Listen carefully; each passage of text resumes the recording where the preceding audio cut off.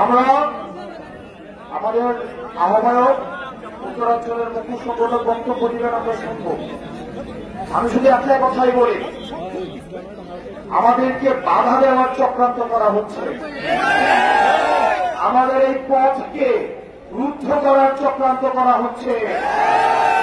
স্পষ্ট করে বলছি, বাধা দিলে বাধ্য লড়াই, এবং সেই লড়াইয়ে আমরাই জিতব।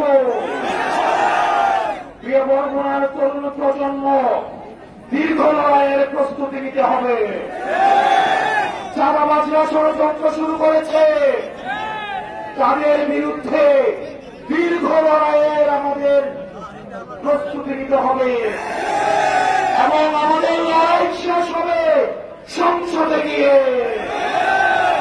বরগুনাবাসী, আপনারা ভালো থাকবেন, সুস্থ থাকবেন, আপনাদের সাথে আবার দেখা হবে। আসসালামু আলাইকুম ওয়া রাহমাতুল্লাহ।